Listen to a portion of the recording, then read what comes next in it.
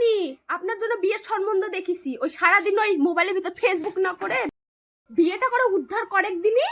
না মা, আমি মন প্রাণ জান দিয়ে যাকে ভালোবাসি আমি তাকেই বিয়ে করবো, তাকে ছেড়ে আমি কাউকে বিয়ে করতে পারবো না।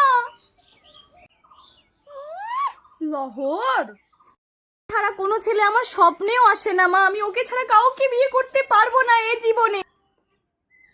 ছেলে কিন্তু সরকারি চাকরি করে। মা আমি আজকেই বিয়ে করবো, তুমি পাত্রপক্ষকে গাড়ি নিয়ে আসতে বলো তো।